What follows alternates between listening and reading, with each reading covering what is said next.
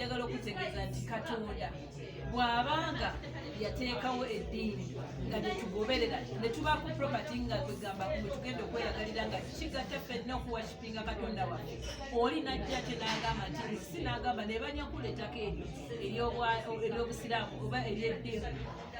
amadiini katugambe okutwaliza wamu kive nnyo si kive na mu mateeka gano gafa aga Uganda naye kive ne mu mateeka ga Katonda abasoma bayibuli n'abasoma Kurani kwegamba ebintu ebyo ebitunga ebyabamulekwa n'okutwala